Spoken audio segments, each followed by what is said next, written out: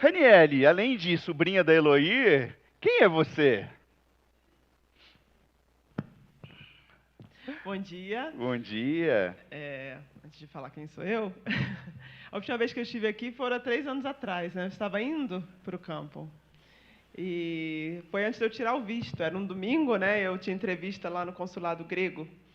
E eu vim aqui, a igreja orou por mim. Então eu tenho essa foto, eu tenho essa lembrança dos irmãos fazendo parte do meu envio para o campo, né? E essa também é parte de quem sou eu, né? Eu também sou uma missionária. Filha de Deus que tem servido ali na Grécia, servido a nações, né? Não servido aos gregos especificamente, mas servido a nações que estão lá, de pessoas que são refugiadas, estão saindo do seu país em busca de esperança, em busca de paz, em busca de uma vida melhor, fugindo de guerra, conflitos religiosos, conflitos políticos, muitas situações que se passam. E eles chegam lá e estou lá servindo a essas pessoas. Faltou uma coisa muito importante você falar sobre quem você é. Você é minha amiga, pô. A gente serviu na Convenção Batista Brasileira e quantos anos a gente tinha quando a gente se viu pela primeira vez? Olha, só quero dizer que você é mais velho que eu. Você é mais velho que eu. Eu era acampante e ele era o que estava pregando. Então você faz a conta aí. Só quero dizer isso. Há umas 15, 20 anos atrás. A Raniele era só uma adolescente de 14 anos. Isso, devia ser isso aí, 14 e meio. Ô Rani, como é servir a refugiados? É um contato com pessoas que, primeiro, nem falam sua língua, né? Quando eu vou contar os cumprimentos, né? Salam, salam nesh, abai setahai, bonjour, que alguns falam francês, good morning, kalimera. É muita língua, né? Muita gente de todas as culturas que se encontram, no meu caso ali, né? Em Lesbos, e estão ali querendo paz, né? Eu vejo assim, muitos deles estão buscando paz. Querem um lugar quieto, querem um lugar para poder se encontrar. No caso, eu tendo mulheres e crianças, então querem voltar a ser aquela coisa da mulher, né? E a gente vê isso assim no dia a dia nosso e vê que como Deus cuida da gente e como Ele está trabalhando na vida dessas pessoas, né? E mais cedo você estava falando de que olhar para trás, a gente olhar para trás, né? E desde que eu voltei para o Brasil, cheguei para esse tempo de férias, de descanso, eu tenho olhado para trás e visto o que Deus fez, né? E tem feito naquele lugar. E interessante que nesse ano, enquanto eu estava lá, eu comecei a pedir a Deus. Eu falei, Deus, parece que eu não estou vendo que o Senhor está trabalhando, parece que eu não estou vendo o que está acontecendo aqui, eu não consigo ver o Senhor trabalhando. E mesmo a gente sabendo que Deus está trabalhando, né, bati essa dúvida, falei, Senhor, eu quero ver que o Senhor está trabalhando. E eu me esqueci que eu tinha feito essa oração até hoje de manhã, quando você falou assim, a gente olhou para trás e eu falei, tudo o que aconteceu, né? Tantos testemunhos que eu tenho no coração e ver que Deus estava trabalhando ali naquela ilha tão distante, né? E eu vou falar um pouquinho do que eu fazia lá, o que era o projeto, e aí a gente vai conversando. Ótimo. E aí vou pedir a ajuda da Natália, acertei? Para mostrar algumas fotos, né? Que é bom a gente ver foto, que a gente consegue imaginar o que acontecia, o que se dava lá, né? Então, pode passar. Esse é o público, né? A gente chama de janela 1040, que é a área, a latitude e a longitude, é aquela faixa marcada, a origem, de onde a maioria dos refugiados vem, né? Afeganistão, Síria, Irã, Iraque, Eritreia, Somália, Iêmen, só lugar muito tranquilo, né? Que a gente vai de férias. Sim, claro. Entendeu? Então, de lá que as pessoas têm saído de suas casas e buscado essa esperança. E aí, essa é a forma como elas atravessam nesse bote, né? Se você viu aquele filme As Nadadoras, se você não viu e gosta de um filme assim, um drama, uma história real, eu indico. Essa travessia se passa no Mar Egeu, que é justamente onde eu estava trabalhando, e na ilha de Lesbos. Então, se você não viu, de repente você vai ver e vai entender um pouquinho do que é a trajetória. Então, eles atravessam de barco, não é uma travessia segura e é superlotado e arriscam suas vidas, né, em busca ali de esperança. E eu trabalho num centro comunitário. Os refugiados moram no campo de refugiados, mas eles podem sair. Podem sair de manhã, podem sair, passar o dia fora, porque eles não têm o que fazer além de esperar a sua documentação. Quando eles chegam na Europa, eles não podem trabalhar ainda. Eles têm que esperar a documentação para poder ver se eles vão ser aceitos como refugiados. Imagina você esperando com sua família, morando num container ou numa tenda adaptada durante 1 mês, 2 meses, 3 meses. Você não tem um trabalho, você não tem escola. As crianças têm escola, mas você não tem uma atividade, né? Além de ficar ali aguardando. Imagina o nível de ansiedade que essas pessoas que já passaram por vários traumas, e aí você sabe que sua família, metade está na Europa, a família ficou no país em guerra, e eles estão ali aguardando, né? Aguardando a documentação. Então, ali a gente trabalha no centro comunitário, onde a gente tem alguns serviços, né? Mas eu digo que esses serviços foram inspirados em Mateus 26, e aí, se você puder abrir sua Bíblia, desculpa, Mateus 25, de 31 a 40.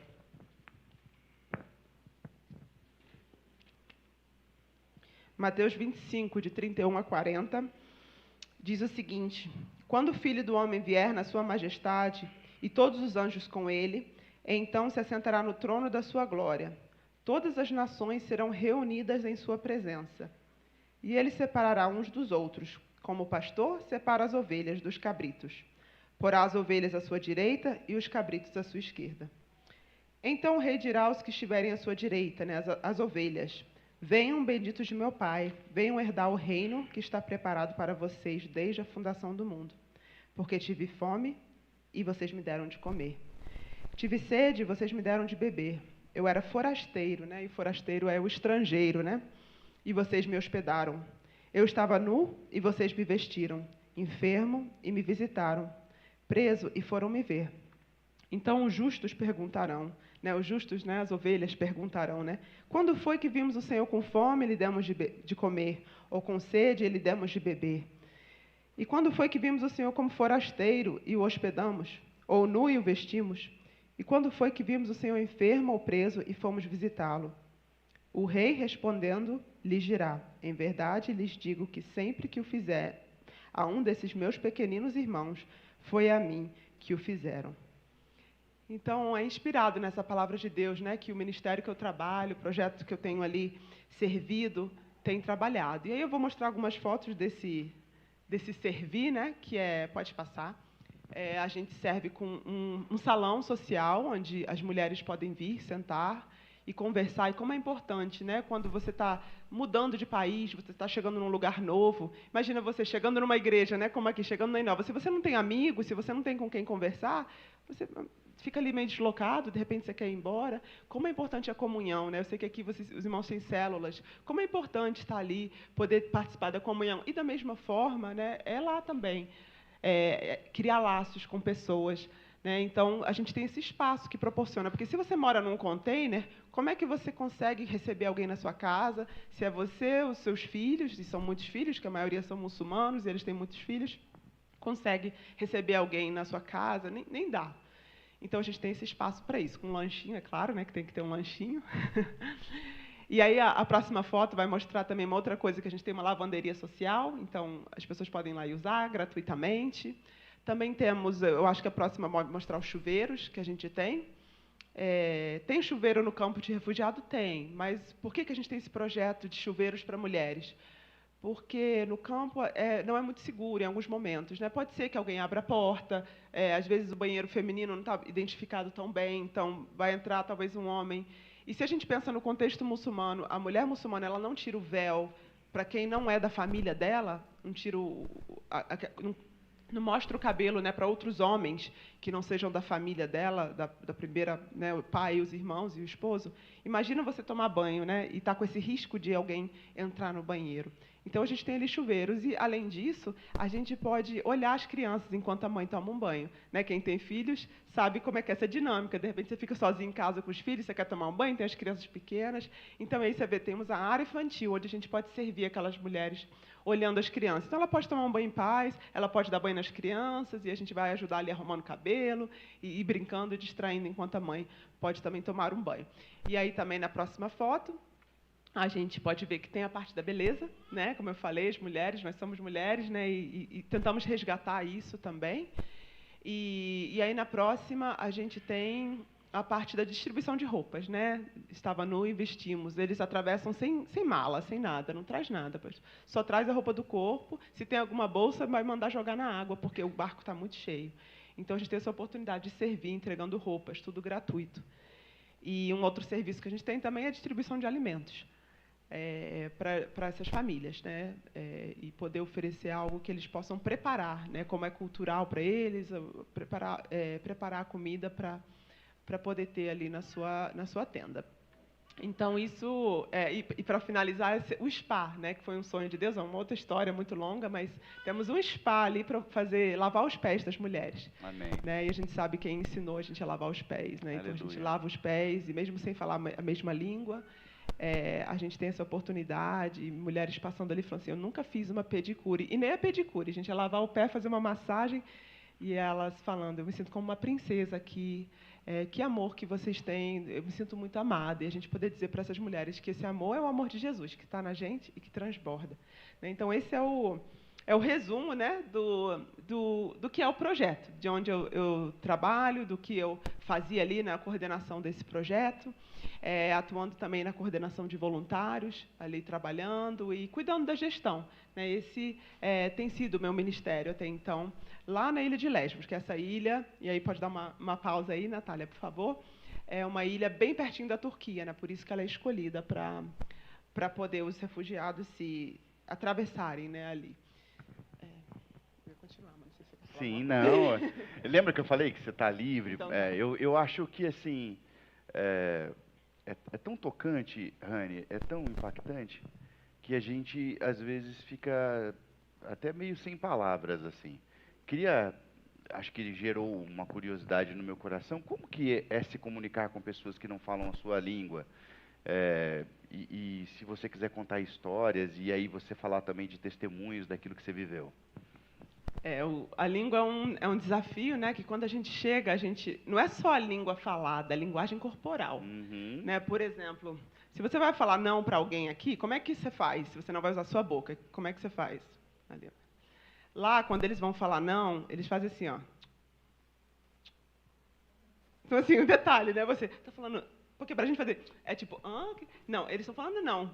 Então, você aprender não só a comunicação falar, né? Que aí é o árabe, é o farsi, é o somali, francês, o inglês, que é como a gente se comunica lá. Mas muitas mulheres não falam inglês fluente. Porque quem fala é o marido, elas vão aprender ainda. Isso é questão cultural também. Então, eu falo que a linguagem que a gente fala é a linguagem do amor. Né? A linguagem do amor. Ali é um trabalho de semeadura. A maioria das mulheres que chegam ali, o primeiro contato com cristãos acontece na Grécia. Quando ele sai do contexto muçulmano, ele sai da Turquia, então ele atravessou e ele chegou e teve o primeiro contato com cristãos. E na cabeça deles, cristão é todo mundo que está do lado ocidental do mundo, né?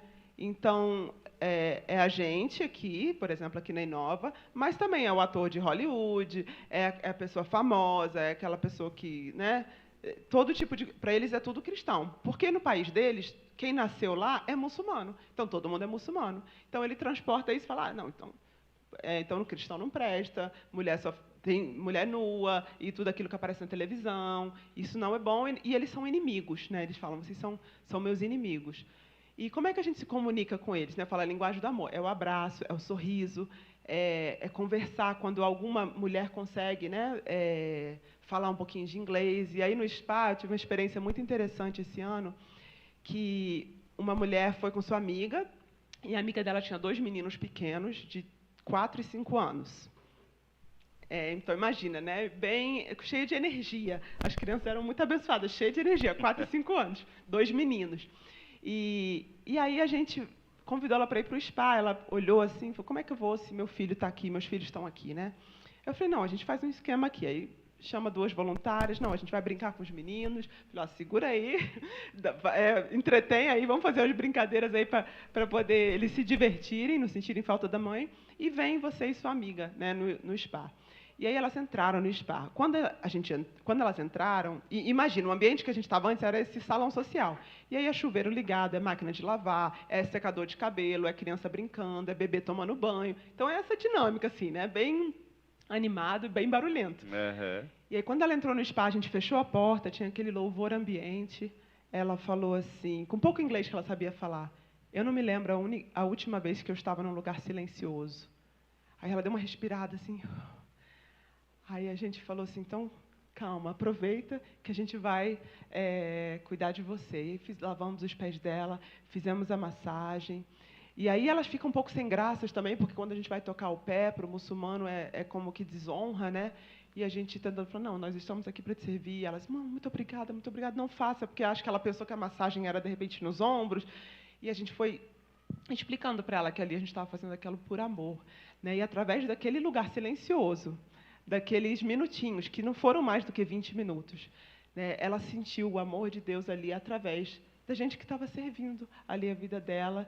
E falamos que estávamos ali porque amávamos, fazíamos isso porque amávamos, e amávamos porque Deus nos amou primeiro. Né? Então, esse primeiro contato, a semeadura, né? Como falar do amor de Deus através... Esse foi, acho que uma das formas como a gente fala, né? Através das nossas ações.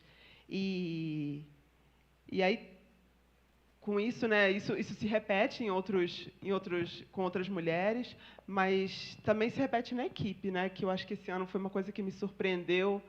E aconteceu antes, mas sabe quando a gente não tem aquela leitura? A equipe é misturada. Tem vezes que voluntários, como a gente trabalha com voluntários, alguns cristãos e alguns não cristãos vão participar. E a gente entende que é parte do nosso ministério também ministrar esses voluntários. E foi uma menina, ela tinha 20 e poucos anos, ela é holandesa, e ela não era cristã, mas ela sabia que a nossa organização é uma organização cristã, mas humanitária. Ela queria trabalhar ali, passar 3 semanas. E quando ela chegou lá, ela viu, a gente orava, a gente tinha, né, a nossa devocional antes de começar o dia, e tivemos algumas conversas com ela. E ela falou, sim, tal, eu respeito e tudo mais. E aí as conversas foram acontecendo, a convivência, o dia a dia. E até que chegou um momento que ela falou assim, interessante, eu acho que tem alguma coisa acontecendo na minha vida, né? E aí, você imagina isso vindo da boca de uma universitária europeia, com a cabeça super aberta, né? Aquela coisa bem diferente assim para a gente. Antes de eu vir da Holanda para cá, um amigo meu me chamou para ir na igreja, e eu fui. E agora eu estou aqui tendo essas conversas com vocês. Eu acho que está chegando um momento de eu tomar uma decisão na minha vida.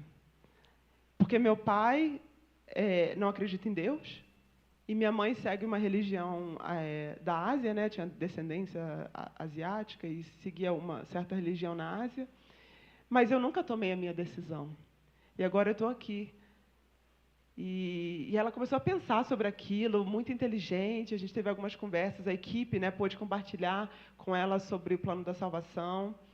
E aí fomos na igreja domingo, ela quis ir com a gente.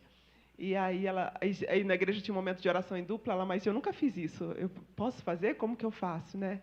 E aí a gente falou para ela que ela podia orar, que ela podia falar com Deus, e ela fez assim. Então, a gente foi vendo Deus trabalhando na vida também da equipe, né? E aquilo foi assim, uau, Deus está trabalhando, né? Olhando assim, vendo assim, não só nas vidas das refugiadas, né? E a gente olhando para o contexto de quem vem de país muçulmano, eles vêm em busca da esperança, como eu falei. Mas o que vem da Europa para servir, ele vem em busca de trabalhar, né? Mas ver Deus agindo ali e alcançando esses dois públicos, onde eles se encontram com objetivos diferentes, mas onde o Espírito Santo está ali trabalhando. Então, isso acho que me marcou muito. Assim, uma das coisas que me marcou muito foi ver como Deus também tem mexido, né, na vida dos que vêm servir. E vem por essa experiência, né, tem muito, eu quero viver essa experiência de voluntariar num campo de refugiados por mês ou pelas minhas férias. E poder ver que Deus foi trabalhando na vida dela e ela saiu dali tocada pelo Espírito Santo.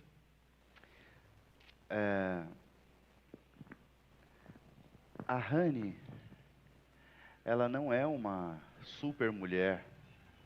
A Rani é uma mulher comum, mas uma mulher comum que aprendeu do Evangelho e que ama pessoas. Sabe, Rani,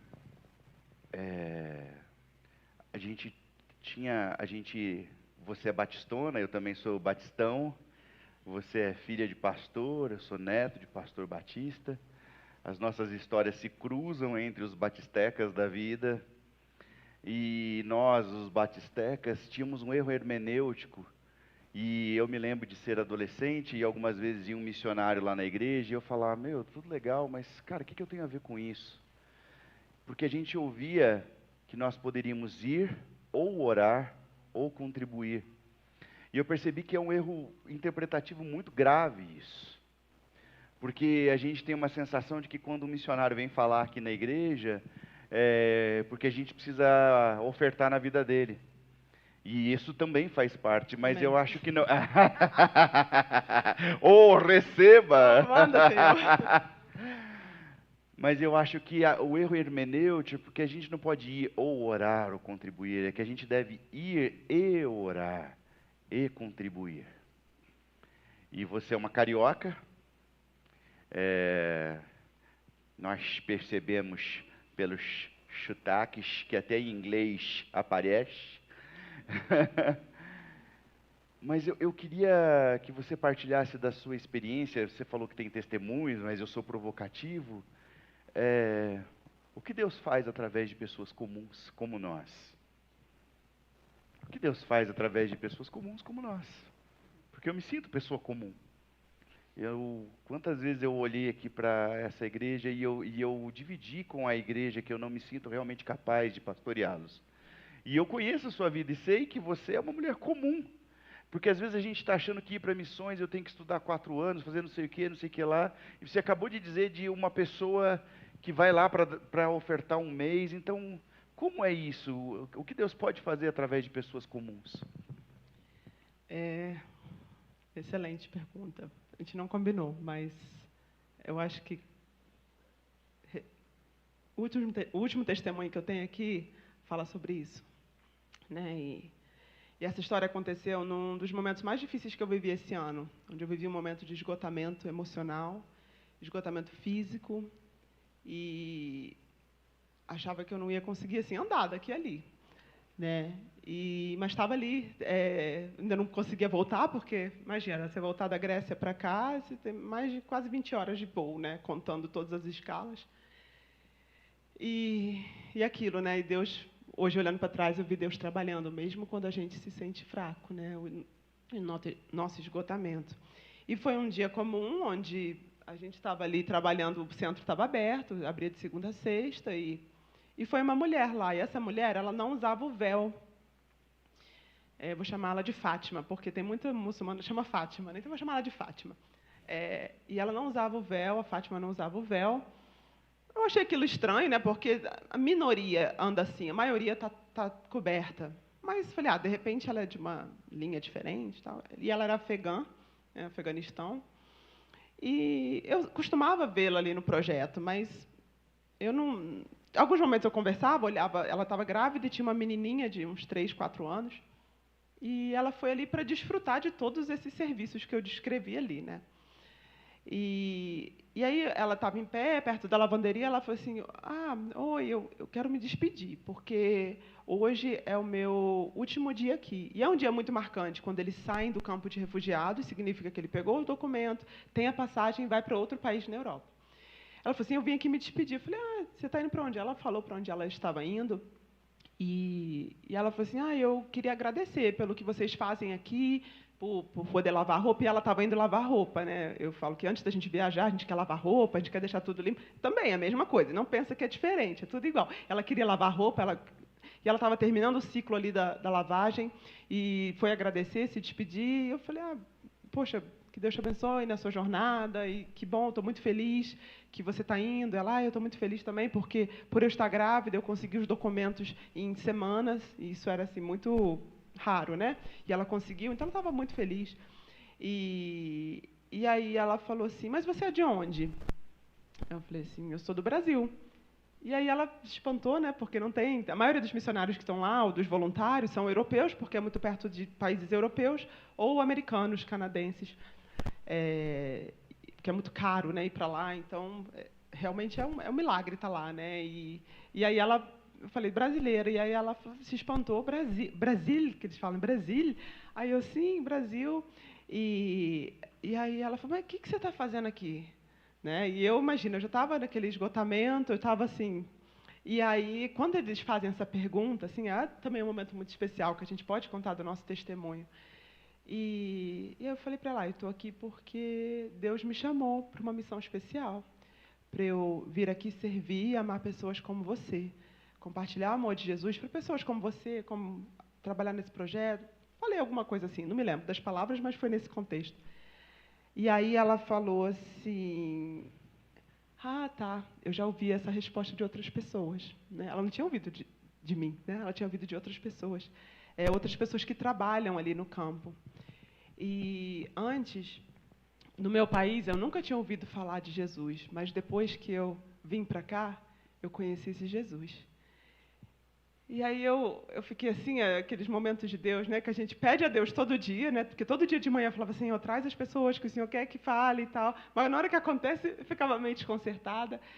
E eu vi Deus mostrando que Ele tem trabalhado ali e com pessoas comuns, né, voluntários de 3 semanas, 3 meses, 2 semanas. E aí eu fiquei pensando, eu falei, ela está indo agora para outro país, grávida, com uma criança, mas ela ouviu falar de Jesus aqui, né? A vida dela foi transformada aqui.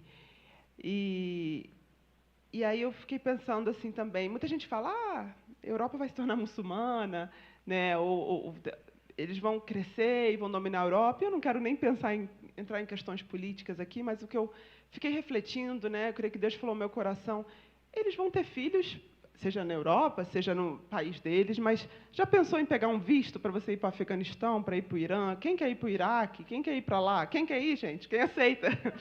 Né? Mas na Europa está aberto. Alguém aceitou aí. Amém. Ô, glória. Na Europa é mais aberto, você pode falar. E ela veio conhecer Jesus ali. E veio conhecer Jesus através de pessoas comuns, né? Como a gente. Mas sabe quem são essas pessoas comuns? São a casa de Deus. Né? Em Hebreus 3 e... Espera aí que eu tenho que só consultar aqui o outro. Efésios. Hebreus 3 e Coríntios 3,16 diz que somos a casa de Deus. Vocês não sabem que são santuários de Deus e o Espírito Santo habita em vocês? É isso que nós somos, Rogério. É isso que nós somos, pastor Rogério. E eu fui para lá e encontrei ela lá. Ela encontrou com várias casas de Deus lá. Mas e você? Você sai de casa todo dia. Você encontra com pessoas na sua academia, para aqueles que são fitness. Você encontra com pessoas... Não é o meu caso. Não é o seu caso. No trem, no metrô, no ônibus, no trabalho, na loja, na padaria, no seu vizinho, na sua família. E você é a casa de Deus. É isso que diz a palavra de Deus. Você é a casa de Deus. E aí, quando a gente vai na casa da Mayra, a gente não espera encontrar a tia Elô lá. Se a gente vai na casa dela, a gente espera encontrar quem? A Mayra. Né? Então, o que pessoas, né, como nós podemos fazer? É deixar que o Espírito Santo conduza a nossa vida, que quando pessoas nos encontrem, elas encontrem quem habita na gente. Elas encontram o Espírito Santo que habita em nós, nessa casa, porque nós somos a casa só. Em Hebreus fala, né, que mais importante é aquele que construiu a casa. E se você ainda não tem Jesus no seu coração, você pode se tornar essa casa também. Né? E aí te desafio a vir conversar com o pastor depois, ou seu líder de célula. Mas se você já tem, saiba que você é a casa de Deus. E por onde a gente andar, a gente é essa casa de Deus. Né? E eu tive a oportunidade, o privilégio de estar lá. Mas você tem... E talvez ninguém vai para lá. Talvez você não vai encontrar afegão na rua, grávido, perguntando para você alguma coisa, aqui em Suzano. Mas você vai encontrar outras pessoas que só você vai encontrar. Que eu não vou encontrar, pastor Rogério não vai encontrar, mas no seu ciclo você vai encontrar. Né? E você tem deixado as pessoas conhecerem aquele que habita nessa casa? Então, Deus foi falando muito comigo assim, nesse sentido, de que somos a casa de Deus. E que, para os refugiados, por exemplo, como que eles precisam de uma casa, de serem acolhidos, né? E como a gente pode compartilhar nesse sentido. Mas eu penso, não só refugiados, como a gente quer ser acolhido pelas pessoas e como a gente pode demonstrar que Deus, né, nos acolhe. Então, acho que é isso. Assim, pessoas comuns, somos comuns, mas somos nessa casa, né, que Deus escolheu habitar e Ele habita nas nossas vidas. Você se importa de eu falar um pouco do que a gente conversou lá em cima? Ela falou sobre o texto de Mateus 25, queria partilhar o texto de Mateus 24, eu vou ler até o 13. Jesus saiu do templo e, enquanto caminhava, os seus discípulos aproximaram-se dele para lhe mostrar as construções do templo. Vocês estão vendo tudo isso? Perguntou ele. Eu lhes garanto que não ficará pedra sobre pedra, serão todas derrubadas. Tendo Jesus se assentado no Monte das Oliveiras, os discípulos dirigiram-se a ele em particular. Diz-nos quando acontecerão essas coisas e qual será o sinal da tua vinda e do fim dos tempos. E Jesus respondeu: cuidado que ninguém os engane, pois muitos virão em meu nome dizendo eu sou o Cristo e enganarão a muitos. Vocês ouvirão falar de guerras e rumores de guerras, mas não tenham medo. É necessário que tais coisas aconteçam, mas ainda não é o fim. Nação se levantará contra nação e reino contra reino. Haverá fomes e terremotos em vários lugares. Tudo isso será o início das dores. Então eles os entregarão para serem perseguidos e condenados à morte, e vocês serão odiados por todas as nações, por minha causa. E naquele tempo muitos ficarão escandalizados, trairão e odiarão uns aos outros. E numerosos falsos profetas surgirão e enganarão a muitos. Devido ao aumento da maldade, e tem algumas versões que ao aumento da iniquidade, o amor de muitos se esfriará, mas aquele que perseverar até o fim será salvo. A Rani é filha de um pastor.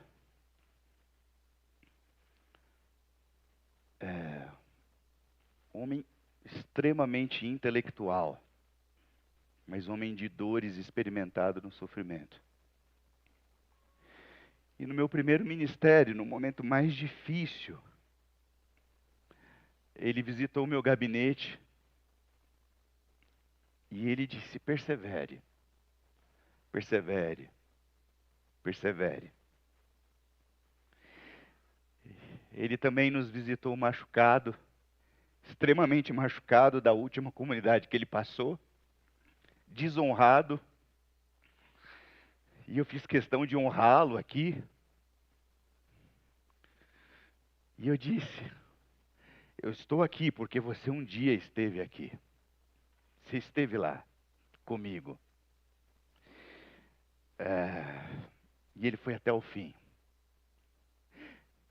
Estava conversando com a Rani o que é burnout. A palavra burnout vem de queimar. Queimar tudo, queimar por inteiro. E ela teve burnout. Queimou tudo, não sobrou nada. Eu já tive burnout. Queimou tudo, não sobrou nada. Pastor, falei dela, de uma crise ministerial que eu tive, porque enquanto eu estava cuidando das pessoas, a minha mãe estava morrendo de câncer. E eu tive que trabalhar essa mágoa com Deus. Porque a gente acha que enquanto a gente está fazendo a obra de Deus, Deus tem que fazer tudo para nós. E disse, a gente olha para trás, Rani, e a gente olha para trás, e às vezes a gente não compreende o que Deus está fazendo. Tantas pessoas passam rapidamente por nossa vida, e a gente quer que as pessoas permaneçam, e elas se vão. Assim como passam por você e passaram pela vida do seu pai. E o seu pai perseverou até o fim. O pai da Raniel está muito doente. Ele está partindo aos poucos. E eu falei para a Rani: não se engane, não cometa o mesmo erro que eu cometi de não perceber e de não ler os momentos. E se a voz te dizer vá, vá. Porque não tem nada melhor na nossa vida do que obedecer a voz. É a mesma voz que diz para Abraão: larga tudo e vai. E ele foi. É a mesma voz que disse: Moisés, vai. Mas ele diz: eu não sei falar. E ele diz: vai. É a mesma voz que diz para Jeremias, vai, e ele diz, eu sou só uma criança, eu não sei falar.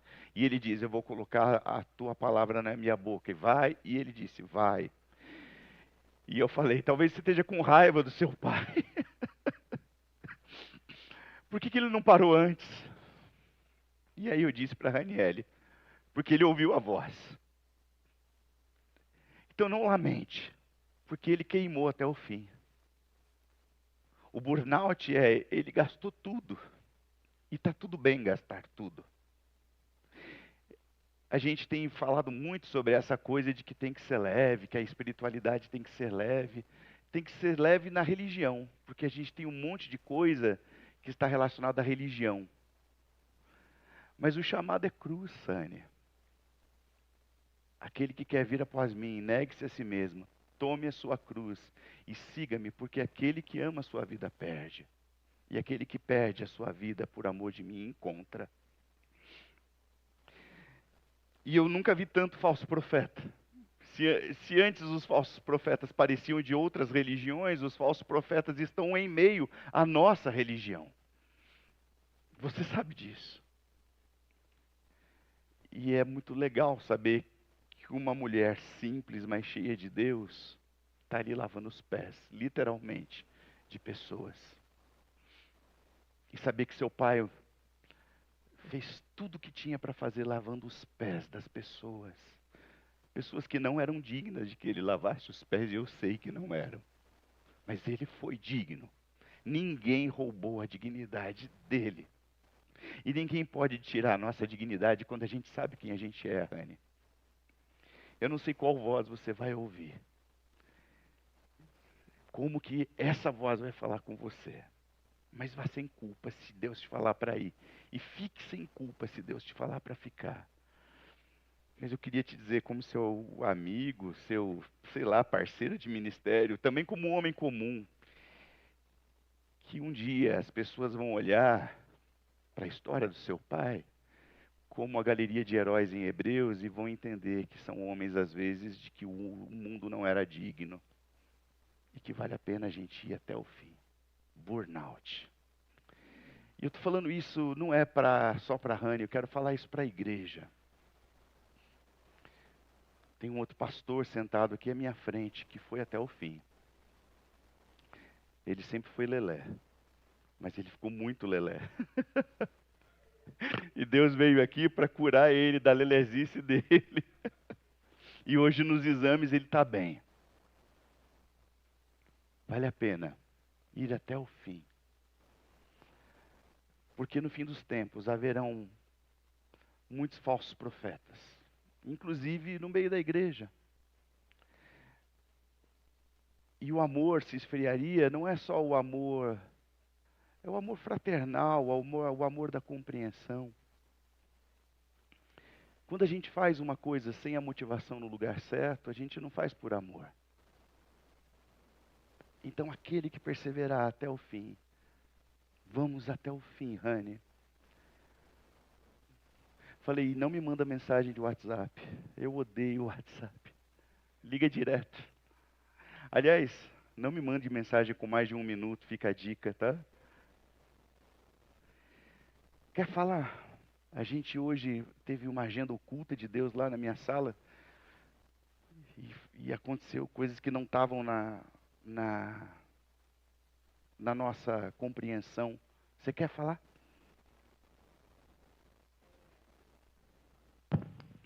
Eu que desliguei.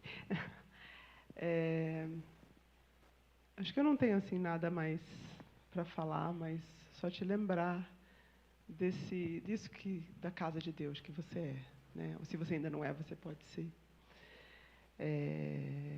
E você é a casa de Deus fora, mas também dentro, né? Servindo nos ministérios e trabalhando aqui na igreja. Que você deixe Deus, né, usar a sua vida nesse sentido, né, de que as pessoas venham conhecer Jesus através de você. Então, acho que isso que é o principal. E eu quero deixar os meus contatos também. Às vezes você falou assim, Rani, eu quero ser a casa de Deus aqui, e aí está no próximo slide. Mas eu também estou pensando em servir em algum outro lugar, né? Então você pode tirar uma foto, se você também se sente desafiado a dar uma oferta, né? Contribuir com esse ministério, você pode, através do meu contato.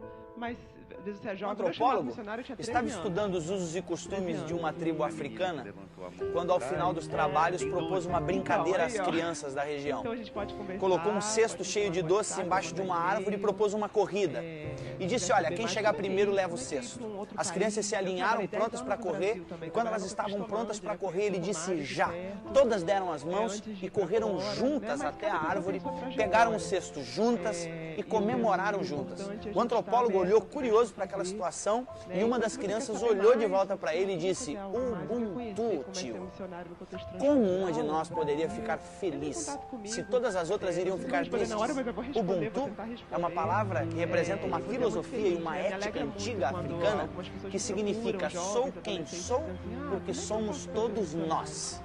Uma Né? pessoa com Porque um dia eu tomei Ubuntu essa decisão tem também. consciência Então, de que se ela é Deus tem afetada chamado quando um pra ir semelhante pra seu é fazer algo afetado. diferente, Ela sabe que o mundo não é pra uma sair ilha daqui, talvez, e ela ou pra atuar precisa aqui, dos outros talvez no para ser ela ministério, mesma. você ainda- Ubuntu fala de respeito básico pelos Você ainda outros. não sabe, Ubuntu né? é compaixão, Você partilha, sente que Deus quer empatia. usar a minha vida. Ubuntu diz Se que quiser conversar ser com alguém que talvez não é humano... da igreja, eu vou assim, estou aberta, né, a compartilhar o que Deus fez na minha, e como o pastor falou, não sou uma pessoa perfeita, cheia de limitações, cheia de dúvidas, incertezas, inseguranças, mas crendo que o Senhor está conduzindo e aprendendo nessa caminhada. Então, acho que é isso que eu queria falar, que eu estou à disposição para essa conversa também. Aconteceu um resgate do coelhinho bem no meio da sua Resgate fala. do coelhinho. É, Que bom que resgatou, não tem problema. já achou, resgatou o Mas coelhinho. é isso, quem estava ajudando no resgate do coelhinho, se você quiser conversar sobre missões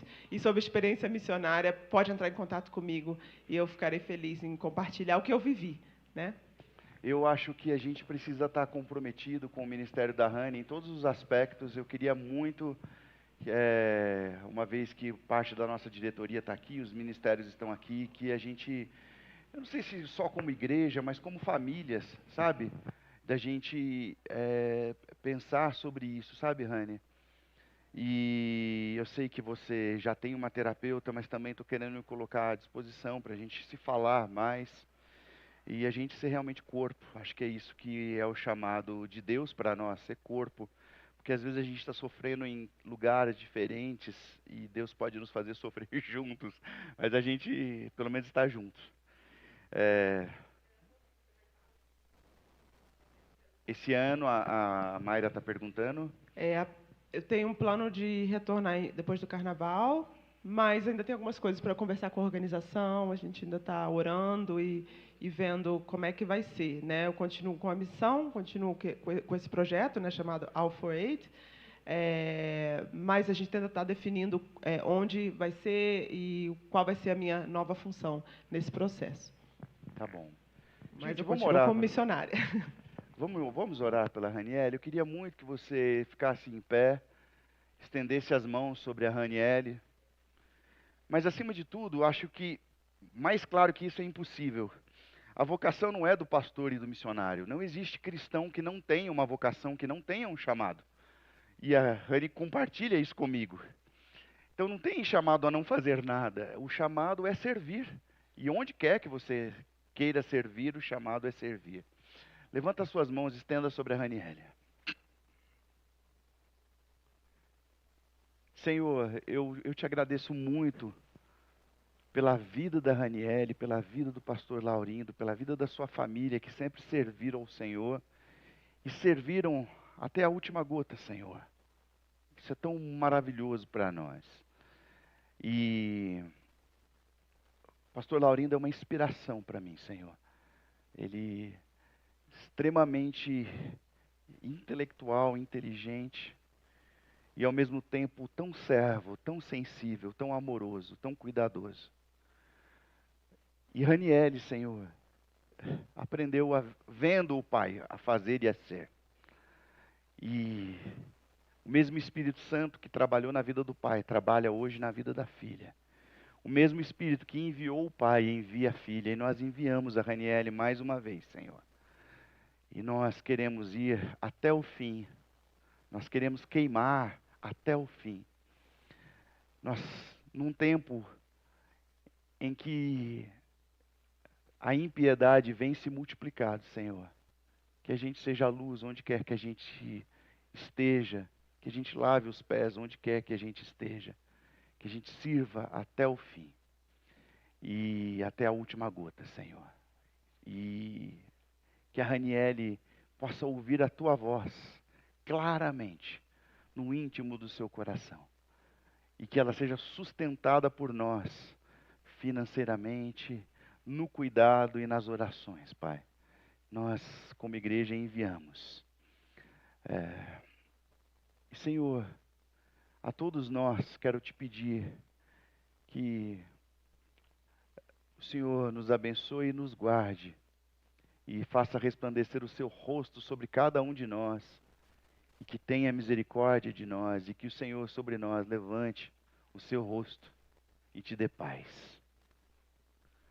E que o amor de Deus, o nosso Pai, e a graça salvadora de Jesus Cristo, nosso Senhor, a comunhão e o consolo do teu Espírito esteja sobre nós reunidos como igreja e sobre toda a igreja do Senhor, espalhado na face da terra, não somente hoje, mas para todo o sempre.